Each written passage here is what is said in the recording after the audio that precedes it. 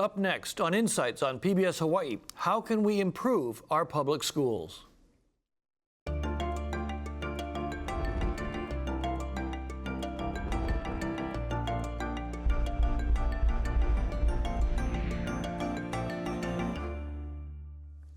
Aloha and welcome to Insights on PBS Hawaii. I'm Daryl Huff from Hawaii News Now.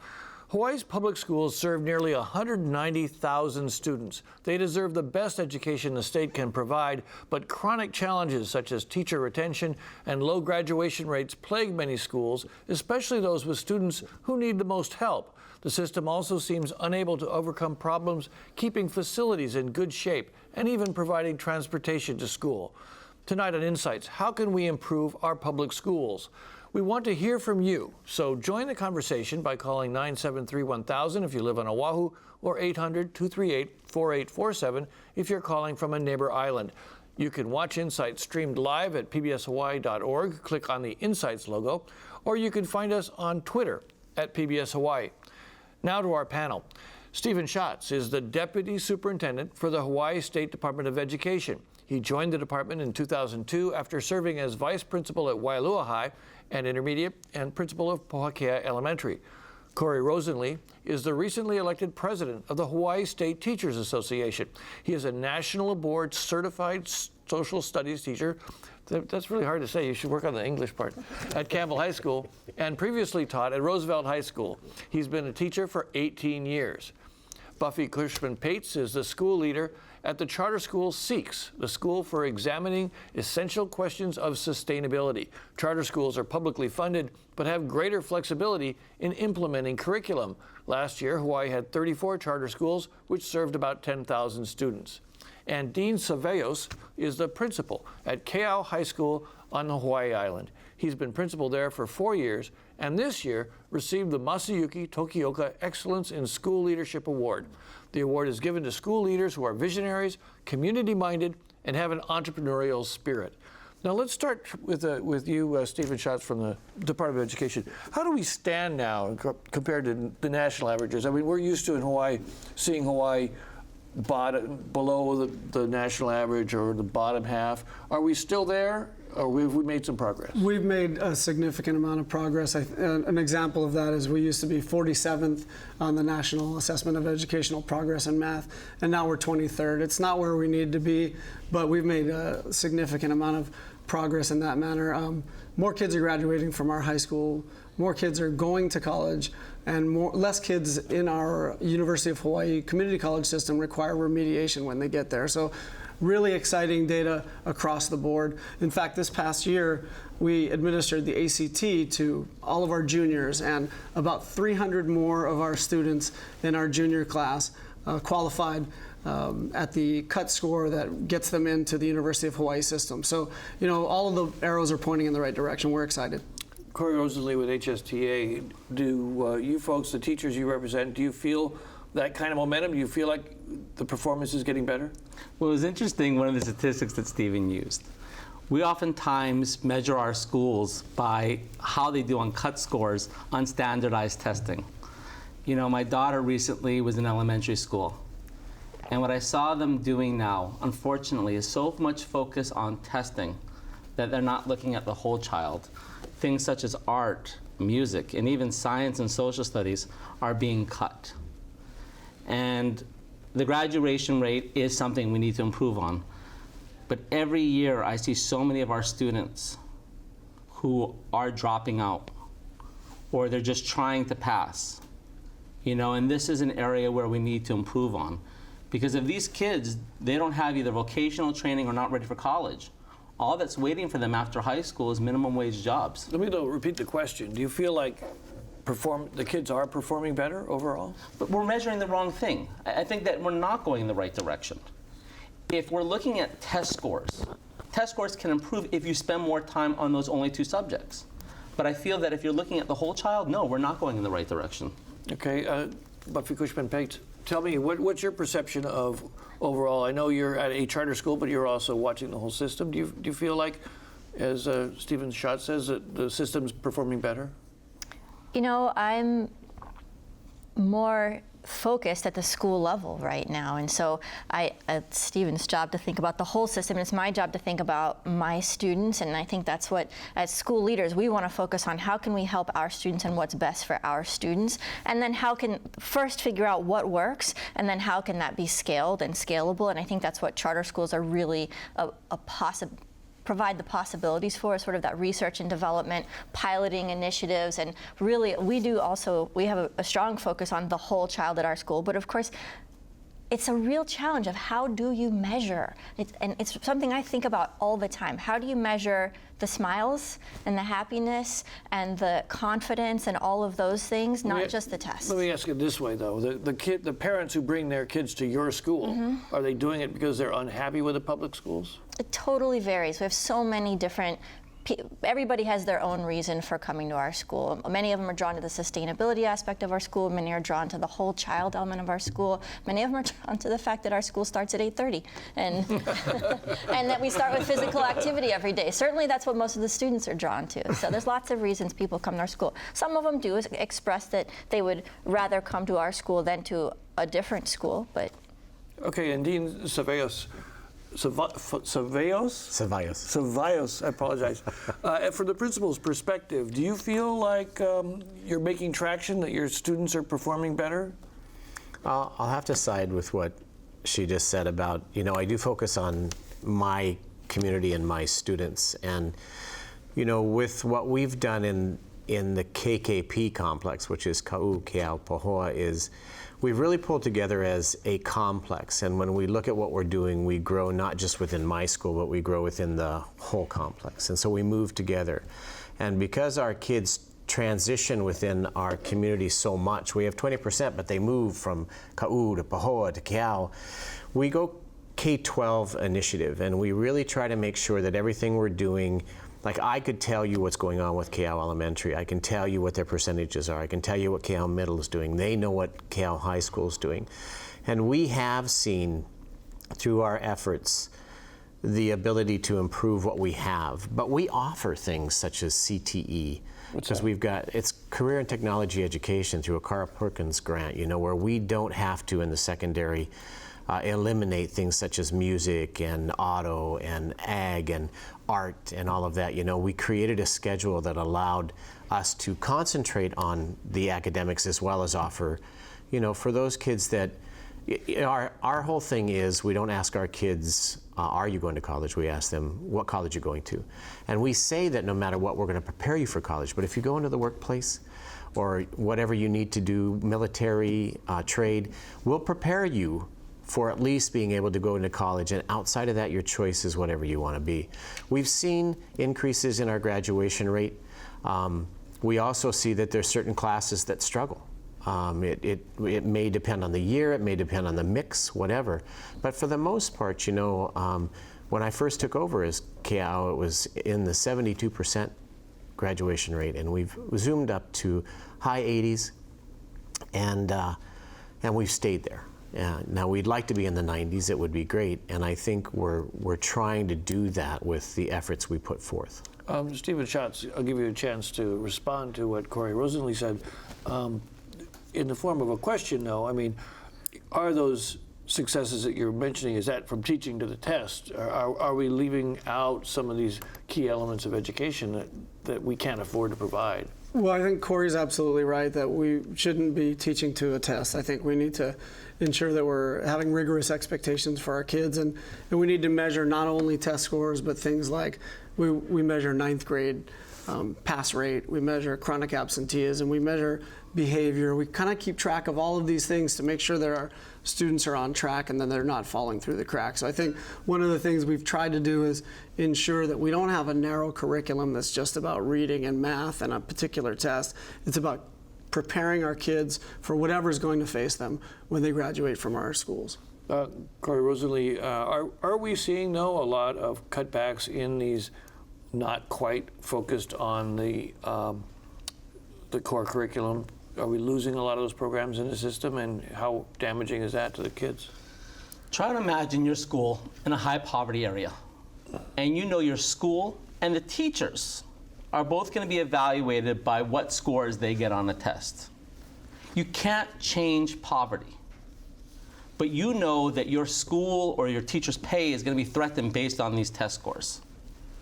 So the one thing that they have that they can manipulate is time. So if we're going to measure students by a cut score and say that schools and students are either passing or failing based on how they get on this one test, then what they're gonna do is focus on this test. And unfortunately, the kids that are gonna pass get ignored. And sometimes the kids that have no chance of passing are gonna get ignored. So as long as we have this test culture, this high stakes test culture, we're not teaching to the whole child. And that's not something that we should be focused on. You know, principals, if I guess I have a interesting caller here, and I want to honor our callers for calling in. This caller feels that the problem is more apathy among the students and their families. Attendance is very low at PTA meetings, sometimes just 25 parents. I bet you'd be happy with 25 parents at a PTA meeting. But in your district in particular, a very, very high poverty district, is it very difficult for families to be engaged with schools when they're so tied up in the economy and trying to make a living? It is, especially if you have parents who have kids in all three categories of schools, elementary, middle, and high. They choose which ones they're going to put their efforts and their money towards. You know, when they live on sustained income, they're going to pay for the money that'll take them to the elementary school where they know it's most beneficial for them to be involved in their child's life. And as they get up into the middle school and high school, they do more depend on them being independent, on doing things that they should do. So you do see the emphasis at the elementary school. I don't think it's so much that they don't want to come or don't want to be involved. It's very difficult. We're one of the highest poverty areas in the state.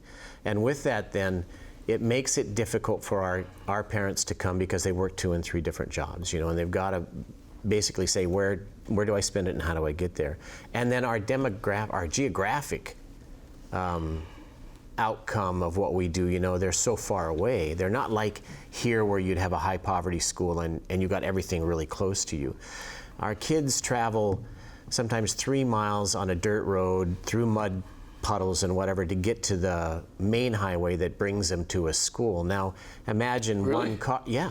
That sounds like the old thing. I used to walk 5 miles to school. But these kids do, and these kids don't have umbrellas, and they come and they walk through this stuff, and there's no lights. We don't have any infrastructure as far as lights on the roadways, because they're all private residential places, right? So the county doesn't go in there and do that.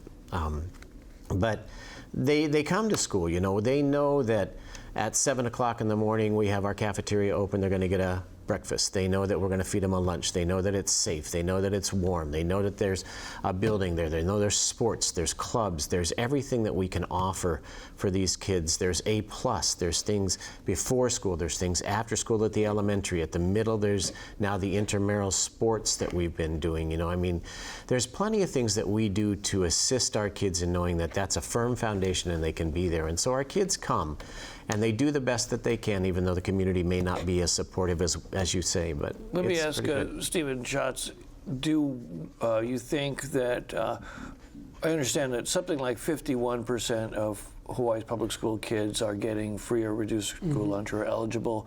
Is that a high level of low income for a public school system? And is it an issue for you folks in making sure we can keep improvement? It is a high percentage, and I think it's a reality, and I think our schools do their best to meet the needs of each and every one of their students. And we have a funding source, a federal funding source called Title I, which supplements our state funding and allows schools to have additional supplemental programs like tutoring to help these kids to achieve what they need to achieve. So is that, in terms of the scores that we have, could you say that we're 5%, 10%, or 10 spots lower than we would have been if we had a better mix of families? Well, I don't know if I would say it exactly that way, and I wouldn't want to venture that kind of guess. I think what's exciting for us is that our schools are getting better. Our schools are getting safer. More kids are graduating, and more kids are going to college. And Corey Rosalie, for a teacher, what's the challenge of low-income kids in your school? Over half our kids now going to schools are free and reduced lunch. And this is not by mistake. This is by design. Inequality is growing in this country. And we have great underfunding of our public schools. A regular public ed student costs about $8,000 in Hawaii. And a private school in Hawaii costs anywhere from $15,000 to $26,000. On the mainland, you can have two districts right next to each other, and a rich district spends twice as much as the poor district. The United States is one of only 3 countries in the world that actually spends more on rich children than on poor children. And one of the greatest barriers we have is education. You can see the more education you get, the higher your pay will be. And when we segregate our schools by rich and poor and underfund our public schools, this poverty increasing is not a mistake. This is by design. Go in a little bit more what you mean, though. I don't quite understand. What is the separation in Hawaii? Theoretically, we have a statewide system that treats all schools the same way. When our public schools were created, the sugar planters, the Big Five, owned 3/4 of all the land in Hawaii. And they decided they did not want to fund the public schools with their money. Hawaii is the only state that does not use property taxes to fund our public schools. And they said, back then, if you educate kids beyond the 6th grade, they become a menace. They did not want the plantation children to go get a high education so that they can improve their lives. And even to this day, our schools are dramatically underfunded. Our teachers are the worst paid in the nation. Our capital improvement projects is the lowest in the nation. The percent of money we spend of taxation to public schools is the lowest in the nation. We are underfunding our public schools. Let me just stop you right there. Stephen Schatz, you're the one on the panel who could answer that. I mean, I'm sure that you wouldn't disagree that you could use more money, but I mean, is what he's saying correct in terms of the how far behind we are in funding? Well, I think it's a tough situation. You know, every year we go to the legislature and we have a big request, and the legislators have to do what they can to figure out what we need, but we're not the only department in the state. And so we make our case to the best of our ability, and it doesn't always work out. And unfortunately, the economy is not so great right now in the state. Do you feel that the public schools are not treated as well as they should be? Certainly, I think we would do better if we. Every year we advocate for more funds. I think we always are going to the legislature, making our case for our strategic priorities so that we can make a difference for kids. Buffy Cushman-Peets, you have a charter school, and when you hear someone say we're spending $9,000 per student, I think that you have a slightly lower figure for your school. Indeed. 8,000. Oh, 8,000, sorry. And I would love to have $8,000 per student. Charter schools get $6,520 per student this coming year, and we don't have a facility to work with. So we're really, really challenged by funds. And we are serving public school kids as well. Our schools are open to any student. We have no admissions criteria, no tuition. So we are maybe sometimes even the little stepsister of public schools in Hawaii. But I'm compelled to want us to shift our conversation to sort of what can be done, what aside from just money, but sometimes I think our focus is on how do we prevent the bottom from slipping out from underneath us, and with a focus that much on the bottom of, and I think it's so important that we do that, but let's not forget about how can we help our kids innovate? How can we help the kids at the top really exceed and solve some challenging problems? And I believe that comes from a focus on the whole child and getting arts into education and career and technical education and all of those things. What I want to do with this show is we do want to talk about reform and some of the great ideas that are out there, especially some of those coming from charter schools and from the teachers and from the federal government, from the administration. We'll really delve into that a little bit later in the show. Right now, I want to try to get a baseline here of where we stand. And Dean Ceballos, I pronounced your name wrong again, and I in your school, you get a fair amount of federal funds because of the support of your low-income status, right? That's correct. And if you didn't have those federal funds, which actually give you more money than a lot of the public schools that might have be the same size, what kind of conditions would you have at your school? I don't know if that's fair to ask, but I feel like a lot of the schools, like in your place, have got the benefit of federal funds. Most schools don't.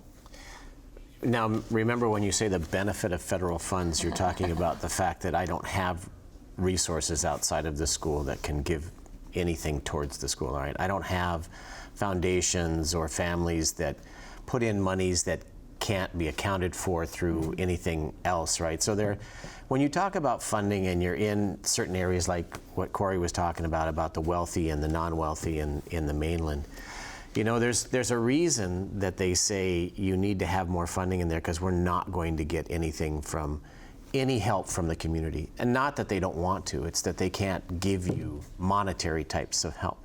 They'll do what they can, but with that, then we supplement what other schools can get without that supplement, you know, and it helps immensely.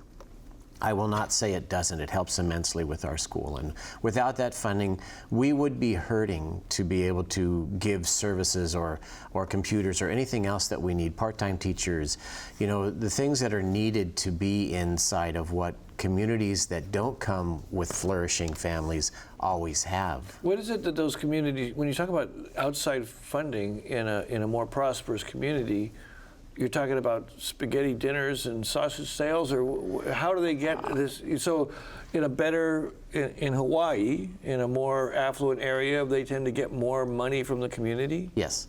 For instance, you get these school lists, right? Everybody puts out these school lists, and you say, okay, you know, I'm probably going to get most of what I need for my kids through a school list. For me, that's an incredible amount of money I'm asking if I say, this is the list I need for my kids to come to school. When in reality, you know, you're supposed to provide everything for the school that the kids would need to have an education. Can you ask for it? Yes. Can you get it? Probably in different areas or locations you can.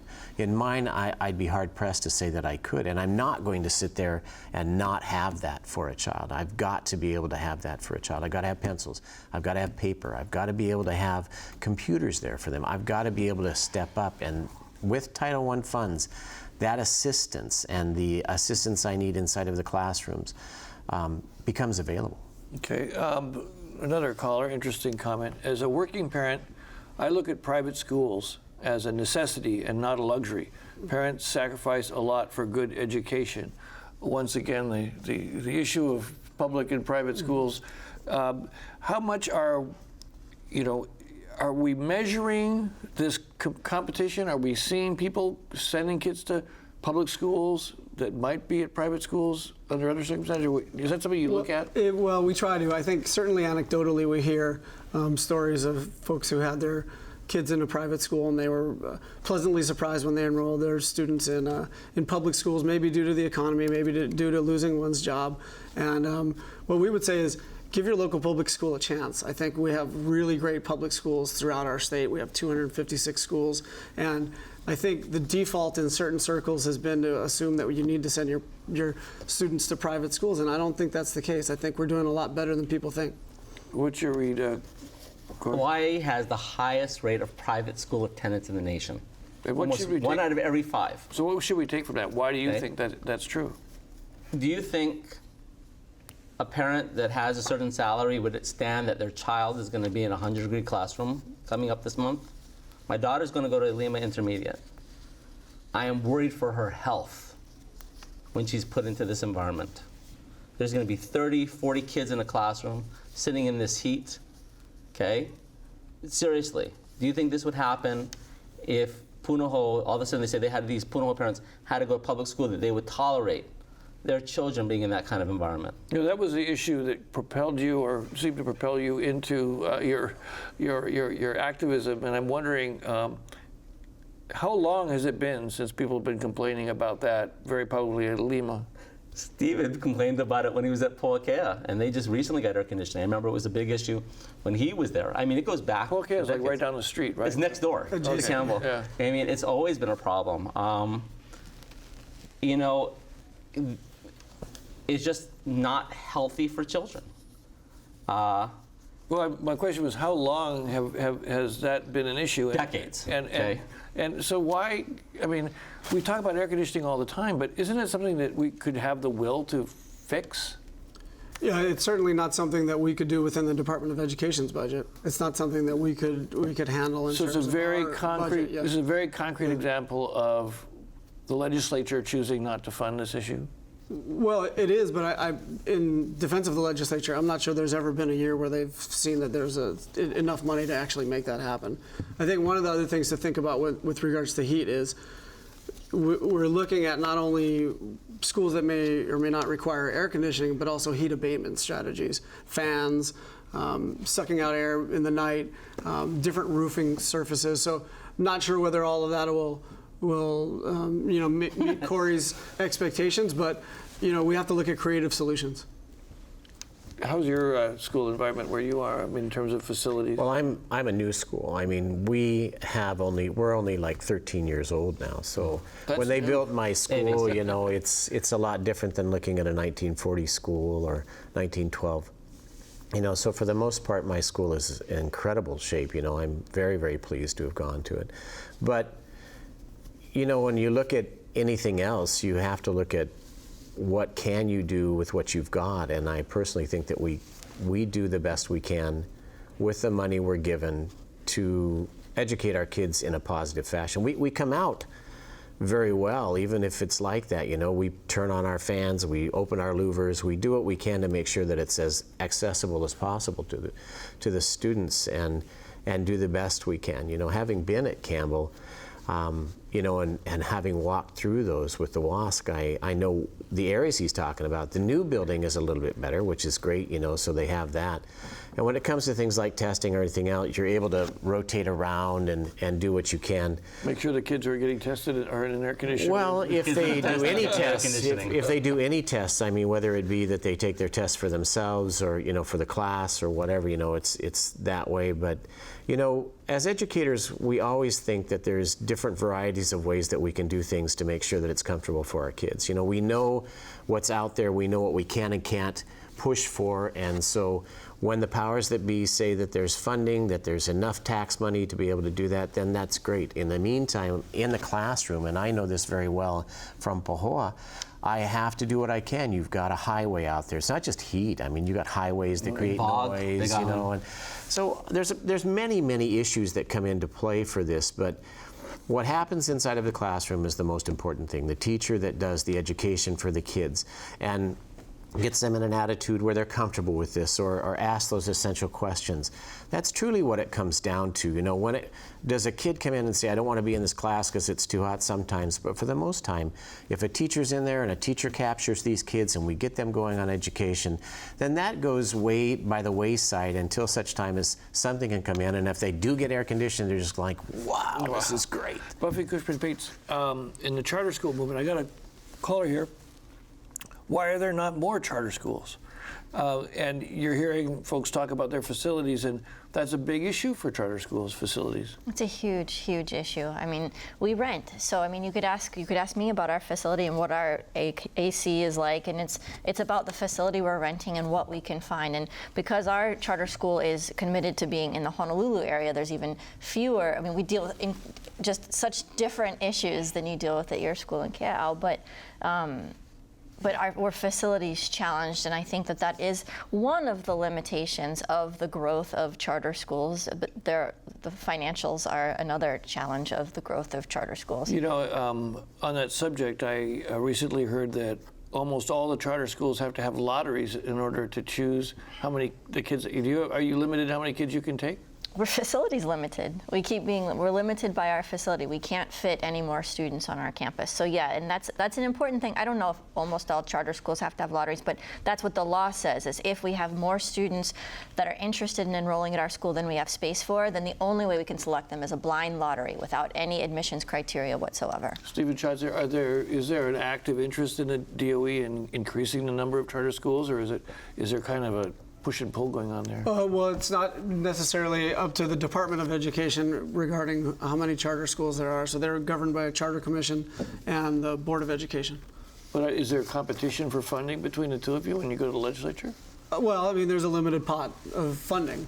I think every year they go to the legislature kind of asking for what they feel is equitable funding. And of late, there have been some conversations around facilities, because explicitly in the law, there were no facilities included in the creation of the charter school movement. And so now, especially with charter schools that are doing well, that have been around for a while, they're saying, well, Where's my place? It's interesting. It's sort of a shame that you would be competing with each other at the legislative level. Yeah, I don't necessarily think of it like Yeah, that, but neither do I don't represent charters. I don't represent charter You're the schools best as a guy. whole. But I do think I don't think of it as competition. I think that can actually be negative because we're all serving public school students. We're all serving the same set of students, and we're all working towards, answering the question, how can we improve public schools in Hawaii? That's what we're all here for. And I think if we think of it as a competition, then it's detrimental. Perfect segue, because I'm going to refer to our audience once again. Tonight we're talking about how to improve our public schools. Please call, email, or tweet your questions and comments. Call 973-1000 if you live on Oahu, and 800-238-4847 if you're on a neighbor island. Corey Rosalie, with the HSDA, we're talking about charter schools. What's the relationship between HSDA and the charter school movement? Charter schools in Hawaii are very different than the mainland. All of the teachers are unionized members. They have the same rights. And so in Hawaii, what's different, on the charter schools on the mainland, they're literally in competition with public schools. They are fighting for it. And a lot of those charter schools are becoming privatized. They're trying to privatize public education to take the money from them. But in Hawaii, I have a teacher from Campbell High School that went to Sikhs, and there was another one. I know the teachers at her school, and they're all unionized members and have the same rights. And it's just a chance to try different things. And there are good charter schools, and there's bad charter schools. There's great public schools. And some of these public schools have a waiting list too. It's not that the only schools in Hawaii that are doing good things are charter schools. We have some amazing public schools as well. On that point, we were talking earlier about public and private schools. Do you feel like there's just an unnecessary and unfair stigma on public schools in Hawaii? Let me start with you, Dean Ceballos. Well, you can say yes to that because of the stats that were put out for so many years ranking Hawaii in such and such out of all of the states. When I came to Kea'au, we fought that same thing. So individual schools fight that within their community alone. We came in and we heard that, the realtors were saying this is a great deal for your land and a house, but you don't want to go to that school.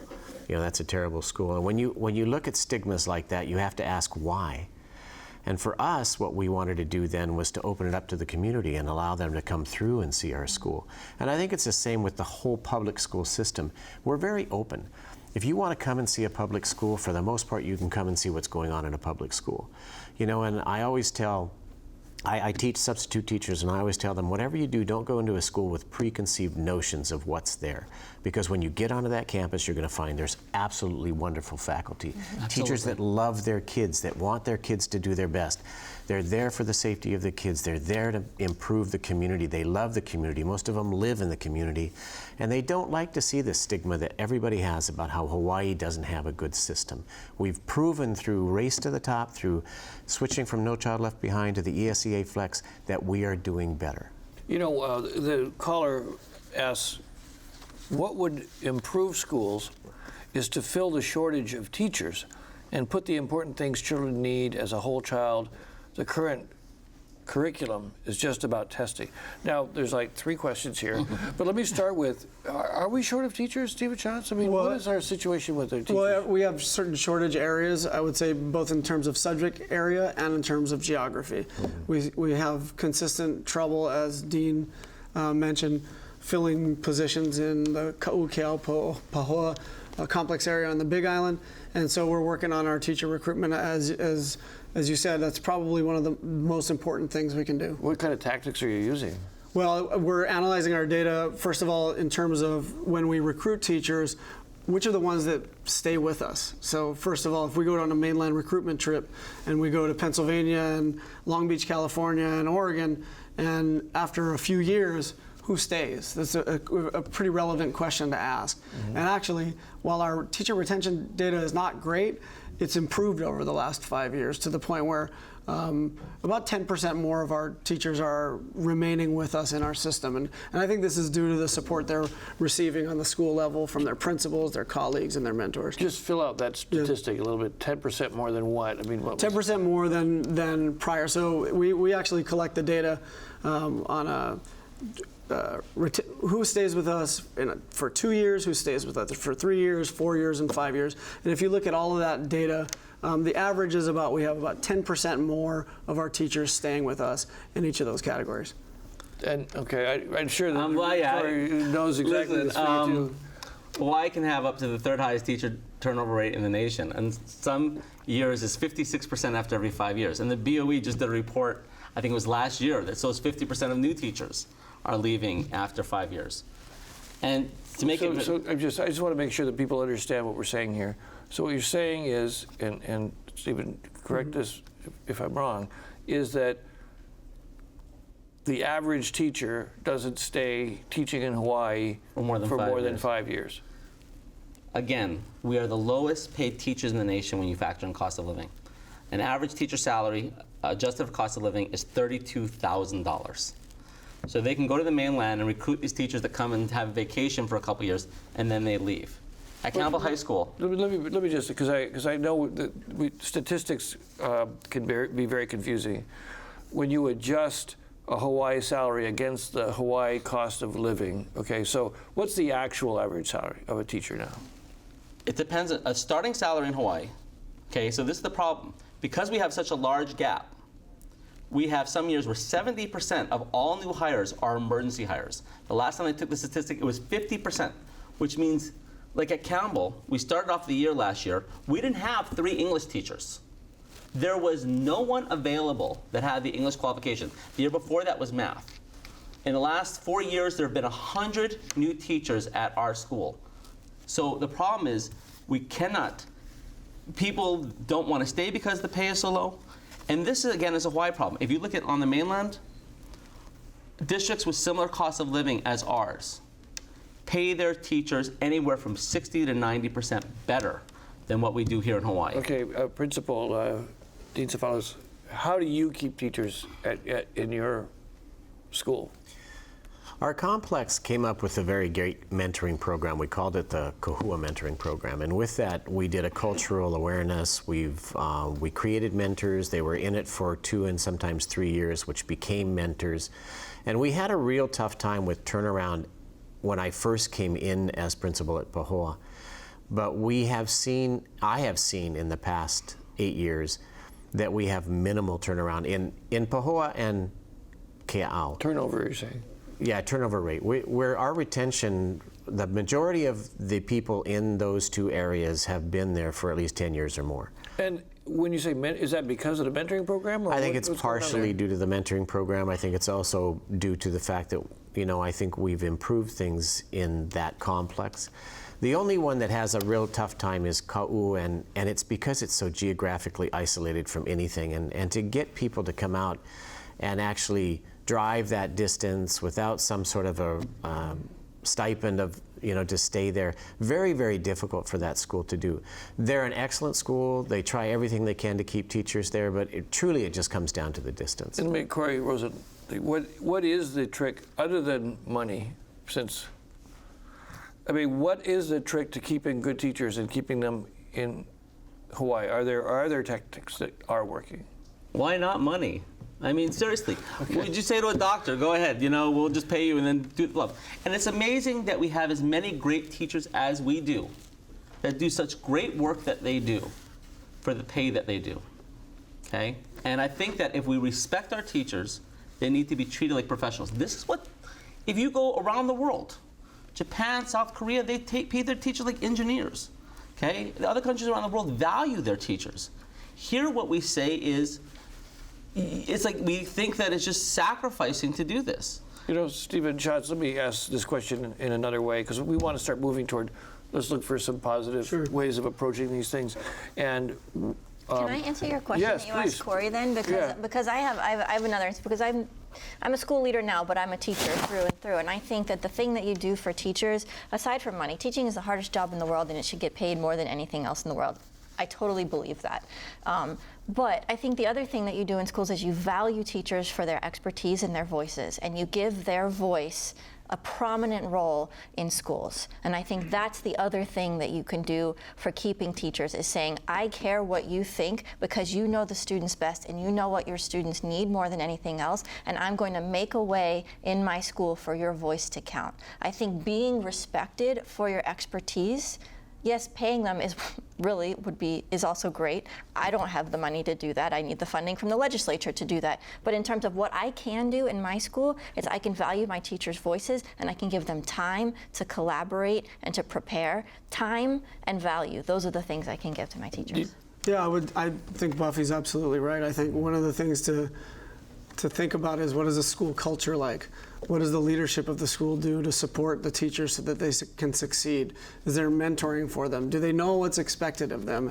And once they feel a part of a team, they generally stay. I think an example that I can think of on this island is Lehoku Elementary School out in Waianae.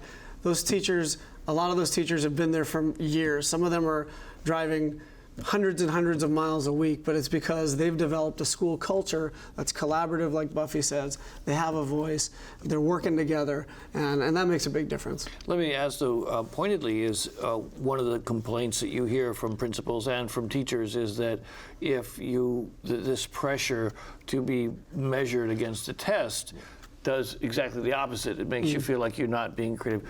Is the DOE recognizing that as an issue, and how do you empower your principals and your teachers to develop that kind of an environment, or is it just up to them to figure it out? Well, no, I think we really encourage folks to think about innovative ways to kind of make the work happen in their school, that's going to make it happen for their community. I think over the past few years, we've put some structures in place, we've put some guidance in place, and I think there's been a little bit of tension, a little bit of frustration, and we acknowledge that. So now the question is, what's next? Well, what are you going to do about it if you acknowledge it? Well, I think one of the things we're doing is saying it out loud, that we acknowledge that we've been pretty prescriptive, and we're still sticking to this idea that we need to ensure that all our kids get to the point where they're college and career ready. But we know that individual schools are probably best positioned to make the decisions that are right for their community. Let me ask Dean and also Corey, the core curriculum, the curriculum is now being imposed more than it used to be. There's less creative license allowed for teachers. Is that an accurate statement? And do you think that the core curriculum is improving things, Dean?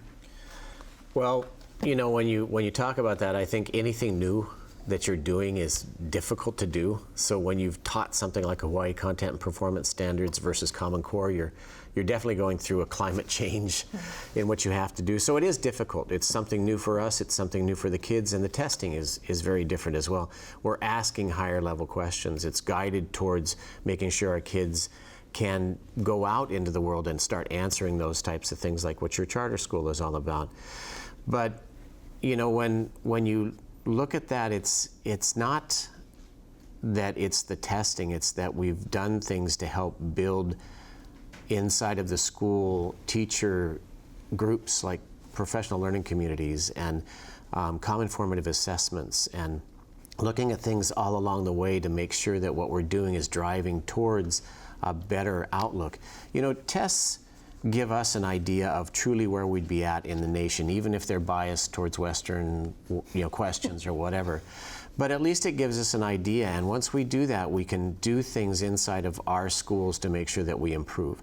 And I think we've tried to do that. I think the professional learning communities were outstanding, and it's moving us. Corey, do you feel that overall an organized curriculum is better for teachers and students? It's like Common Core with standardized testing is trying to take the eggs out of the cake, okay, after you've baked it. The reality is now we're having a prescriptive curriculum leading to a certain test. And again, there are some huge companies out there that are trying to profit off of this common curriculum and these common tests. But I'm asking is this, what Dean seemed to be saying was that along with all the other things you do in the school, it is helpful to have something that derives you toward a certain end. If Common Core was so great, I want to see Punahou adopt it, okay? You don't see these private schools rushing to this because, and I'm so jealous, I got to visit some of these private schools, and the teachers teach to their passion. Okay, they don't feel like they have to all teach the exact same thing to the exact same test. If they're passionate about literature and poetry, they literally design classes around those things.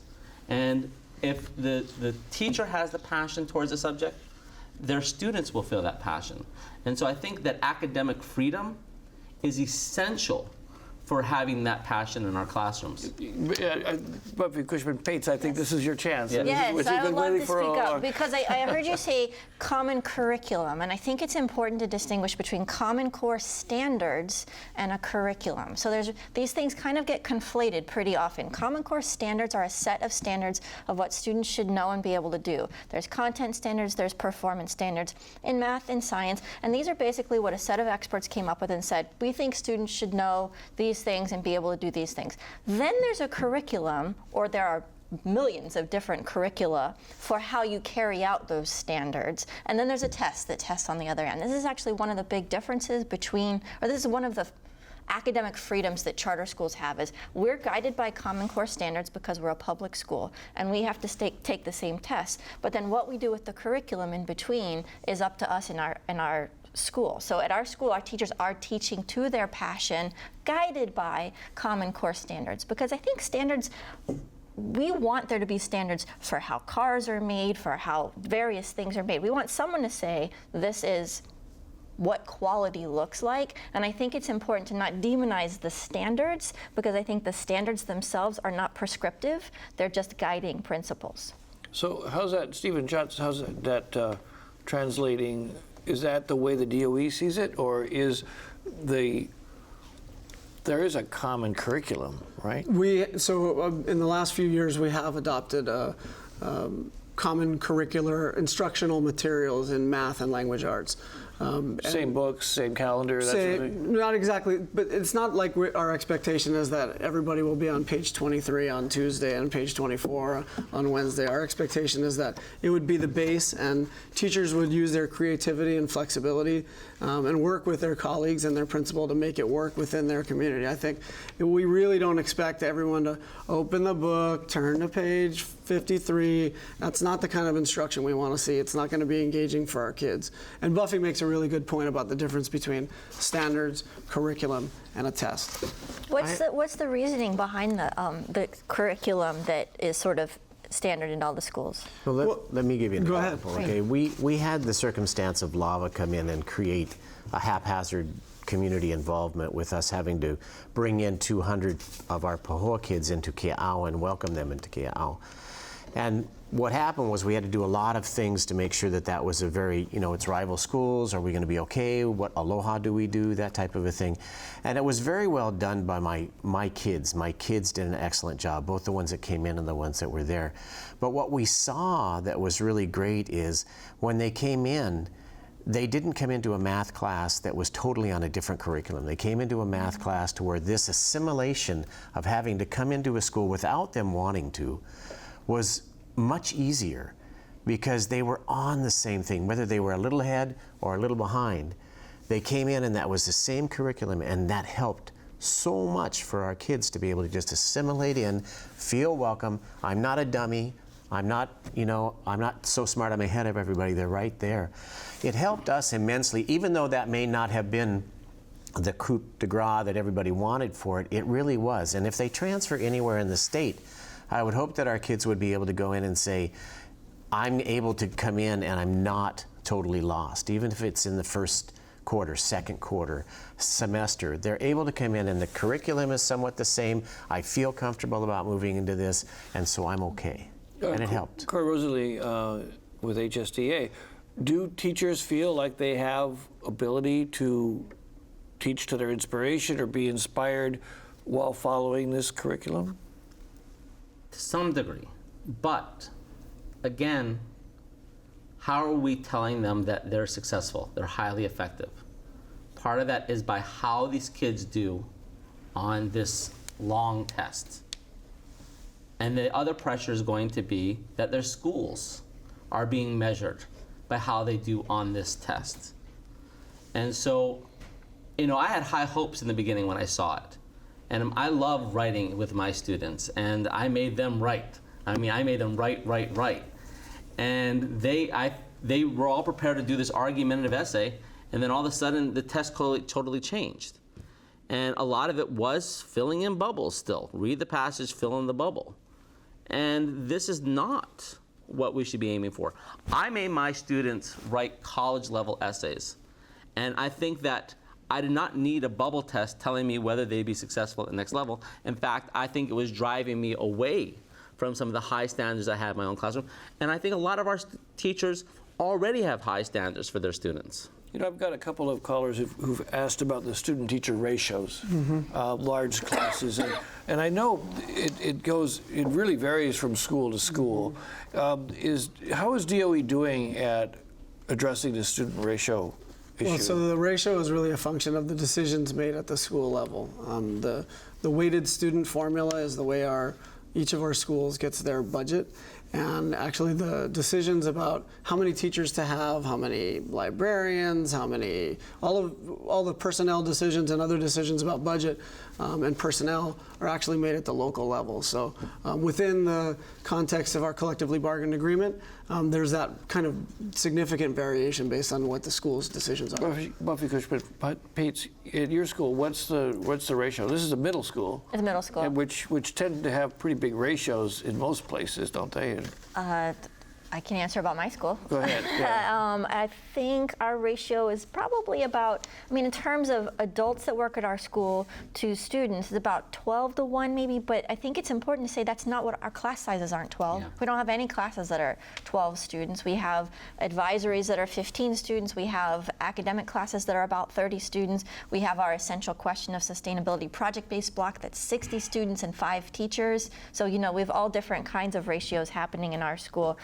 We're contractually obligated to not have anything. I think it's 26.15 to 1 is the HSTA contract ratio. But I also, another thing I think is important to state is that there is research about class size.